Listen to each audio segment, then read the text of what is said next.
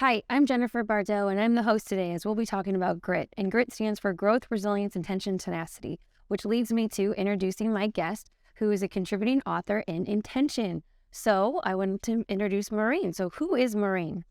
Yeah, thanks so much for having me today, Jennifer. I am a mother of three, married to my high school sweetheart. I am a social impact practitioner, have done many things in social responsibility, nonprofit, and really my mission and purpose is to try and do good in the community. I love the St. Louis community, so a lot of my career and family is rooted here and trying to find ways to make a positive impact right here in St. Louis and in other communities as well. Well, that's phenomenal, and I love that, and we're very much like-minded when it comes to making an impact right here in St. Louis. So tell me more about your work. What do you do right now in the here and now to make that impact? Yeah, absolutely. So I've worked over the years in social responsibility for companies. I've also worked in the nonprofit space. A few years ago, I started my own social enterprise nonprofit that was helping close the opportunity and wealth gap in terms of helping individuals find jobs and careers.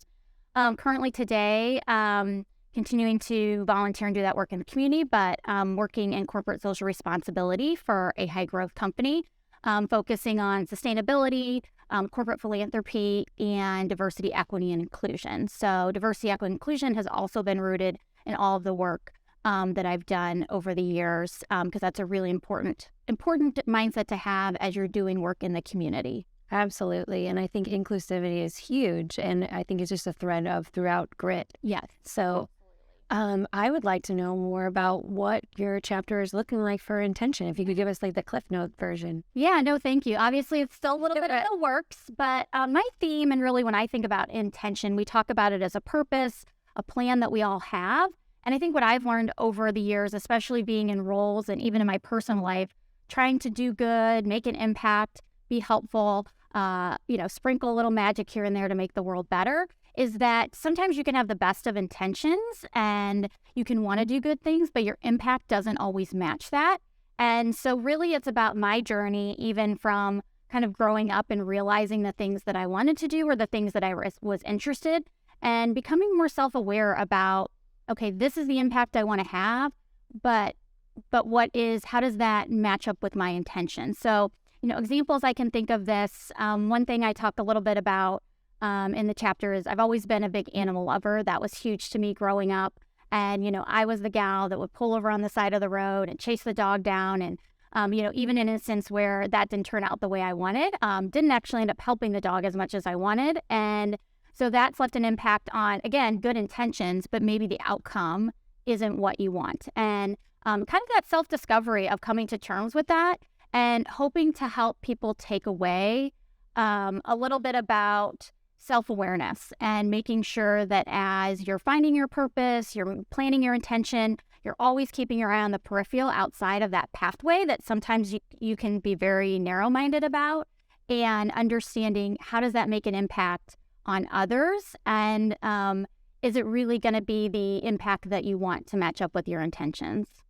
That's really phenomenal. And it just reminds me of the whole concept of strategic thinking, because you're definitely a planner and you've thought through A, B, C, different directions and how each route might have a different outcome, but it's dependent upon the choices and the actions in which you step into to lead you to that destination. So it's really interesting.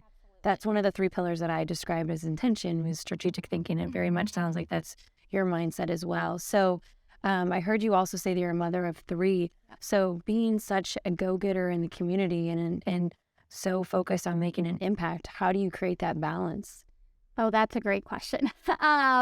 Great question. I think even just a few years ago, I took a little bit of a break, right? So I had that intention of wanting to focus more on my family, but wanting to continue to do good in the community and run with my passion.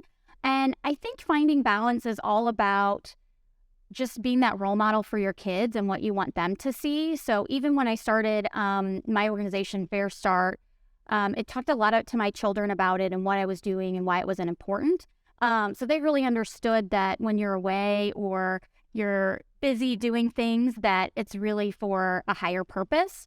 And so I think in some ways too, you can get your kids and family involved in what you're doing and teach them about the work that you're doing. Even from a young age with my son, over the summers, I would bring him out volunteering and bring him to different nonprofits and things that maybe I was going out to see, because I thought it was really important for him to have a better understanding of not only the work that I'm doing, but also the work that he might want to do as he gets older. And I think it's really helped shape my kids' just understanding of, again, it's that self-awareness, getting outside yourself. And, sometimes we can live in a bubble in the life that we created for our family. And I think it's important for them to understand different perspectives of life and, what the St. Louis community looks like, not just where they live, but other parts of the community, and maybe things that they can do to help make a positive impact. I love how intentional you are about making sure that they get outside of their bubble and they learn how to be more philanthropic mindset, a giving mindset. I think that's incredible. So what are some of the words of wisdom that you live by, or some of your mantras? I have a few. So one of the ones that I think about, and it's one to help give yourself forgiveness.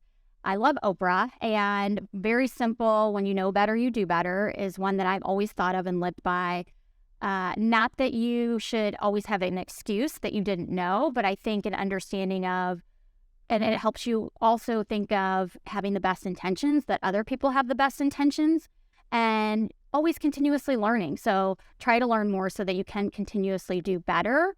That's one that I love. A few others that I love that probably tie more to kind of my purpose and impact is one from Schindler's List, which is, he who saves one saves the world entire. I love that because I think it's about small things that you can do. And I am very much a person like, let's go out and do all these big things. I tend to be sometimes more of a visionary, and it helps me step back and think, okay, this one small thing or this one person or thing that you can do to help others.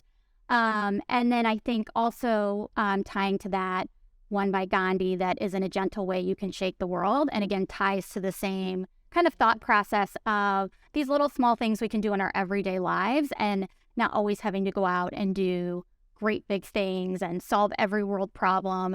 But if there's something you can do within your sphere of influence to make a difference, and thinking about your intention that way, of just that one small next step. I love that. And that was actually in my first chapter, Owning Your Grit, the James Leary, Atomic Habits, each small step. But I love the whole premise. You've been up here. You've just been super intentional about how you live your life, how you show up in the community, and how you parent. So it's phenomenal. So I'm thrilled to have you a part of Intention. And is there anything else that you would like to share with us today? I think just in summarizing what I want folks to take away from my chapter in Intention, but when they think about intention, not only just, right, that what's your impact, but I think it's really just self-awareness. I think we can get so focused in on what our intention is in life, especially if you have a lot of passion, drive, even persistence. I know in middle school, one of my teachers' nicknames for me was Miss Persistent. And that was all great, but it's really just taken me years to understand, to get outside of myself and have a lot more self-awareness and what that intention means to the world outside of my own little bubble. That's beautiful. And thank you so much for being here today. And I hope everybody learned a little bit about themselves, and they can become more self-aware as they practice living with intention. Absolutely. Thank you so much, Jennifer. Yeah.